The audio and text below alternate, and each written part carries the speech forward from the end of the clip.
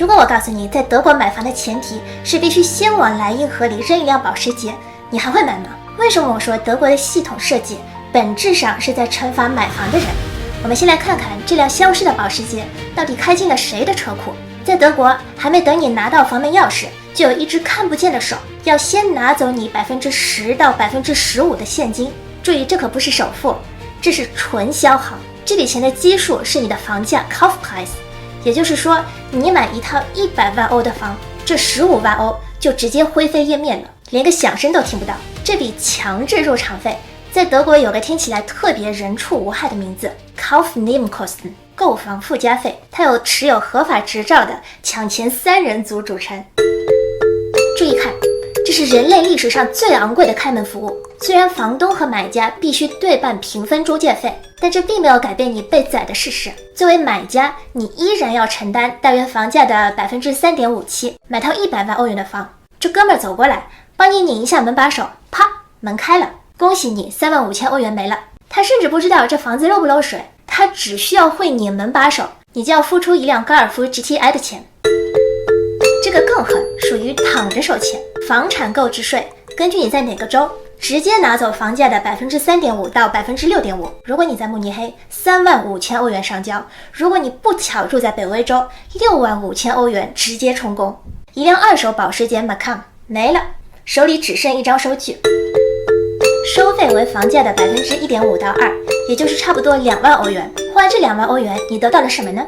你买到了一位头发花白的老大爷，为你提供1小时无感情朗读服务，把合同读一遍，盖个章，啪，一辆全新的大众 Polo 也没了。这捞钱的速度，巴菲特看了都沉默。算算总账 ，Makler 的高尔夫 ，Finanzamt 的保时捷 ，Notar 的 Polo 加起来是房价的 12% 到 15%。这笔钱，银行是不太愿意给贷款的。你大概率得从牙缝里省出这15万欧元现金，先扔进火坑里，才有资格背上后面30年的房贷。看到这里，你可能会说，虽然前面亏了点儿，但只要我买了房，房子就是属于我的私有财产，神圣不可侵犯，对吧？天真，在德国从来没有绝对的私有财产神圣不可侵犯一说。我们来看看德国的最高法律宪法第14条第2款，白纸黑字写着一句话：Eigentum verpflichtet, sein Gebrauch soll zugleich dem Wohle der Allgemeinheit dienen。财产即义务，财产的使用应同时服务于公共利益。听懂了吗？你成了社会的义工。特别是到了2026年，在此刻的德国当房东，你需要具备一种受虐狂的精神。为什么？因为有3把镰刀已经架在你脖子上了。第一把镰刀来自柏林的 GEG 供暖法。2026年6月30日，请记住这个日子。柏林那群整天忙着拯救地球的天才们，给咱们定了一个 deadline， 就是在这日期之后，大城市的供暖必须向 65% 的可再生能源看齐。说白了就是嫌弃你家的天然气锅炉不环保，想让你换成电动的。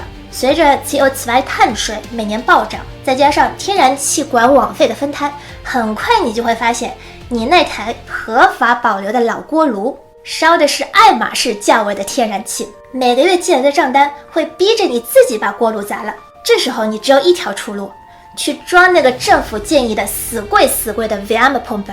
除了噪音大和耗电快，没别的毛病，一顿操作猛如虎，机器加人工3-4万欧元起步，不为别的，就是为了给柏林那帮老爷们的环保大业添砖加瓦。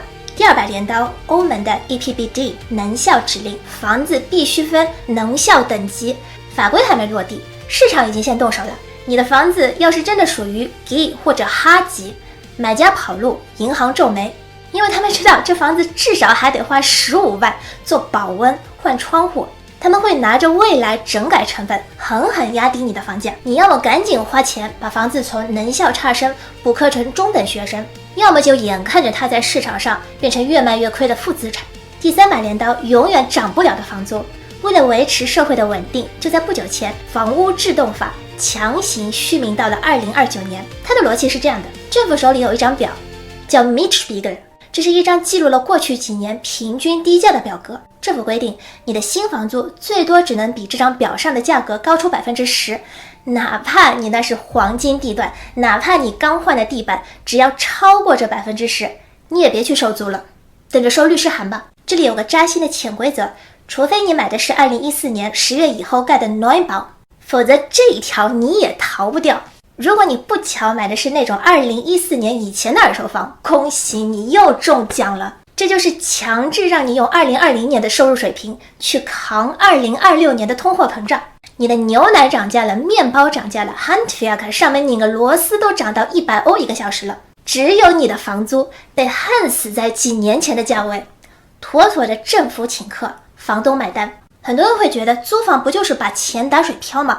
与其帮房东还房贷，不如自己供房，好歹房子还是自己的。小伙伴醒一醒，你数学是体育老师教的吗？我要告诉你一个残酷的真相，无论你租房还是买房，你每个月都要扔掉一笔有去无回的过路费。我们来算算这2笔过路费到底谁更黑。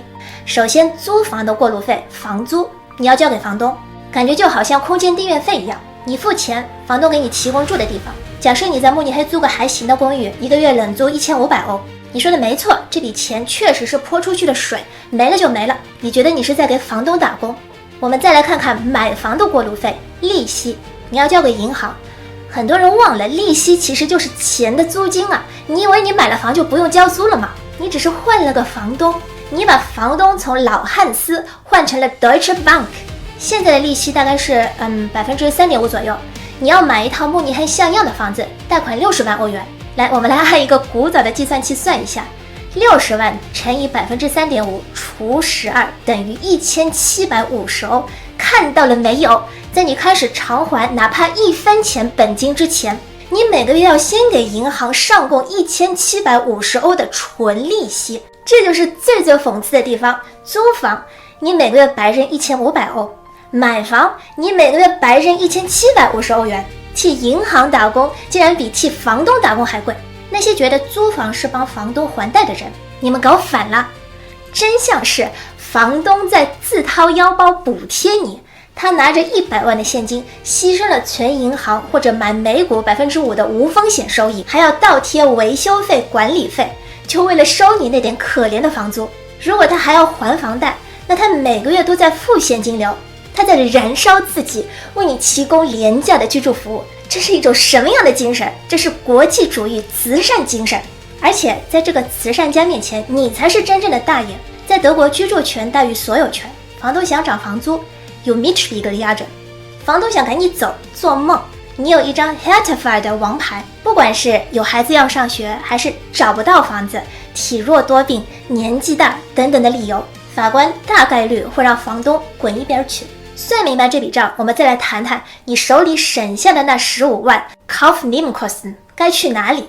2026年的玩法变了，我们要做的不是拒绝资产，而是置换资产。这15万欧元的房贷入场费，如果你不给德国税务局，而是留给自己，把它扔进全球股市，扔进标普500，或者分散在流动性极强的 ETF 里，按年化7%到8%的保守复利计算，30年后这笔钱会变成114万欧元。这还仅仅是那笔被买房省下来的附加费，还没有算你每个月少还的房贷利息差额。不过注意啊，我说的是历史长期平均水平，它可能会跌，但时间是复利的外挂。真正的自由是流动性的自由。很多新一代中产选择租房，享受德国法律赋予的超级特权，把烦恼留给房东，然后把原本要被锁死的巨额资本释放到全球市场里，让全世界最优秀的企业为你打工。以前认为有房才有价，但在2026年的德国，无房一身轻，资产变全球，才是对这套收割系统最优雅的反击。我是小雨，下次见。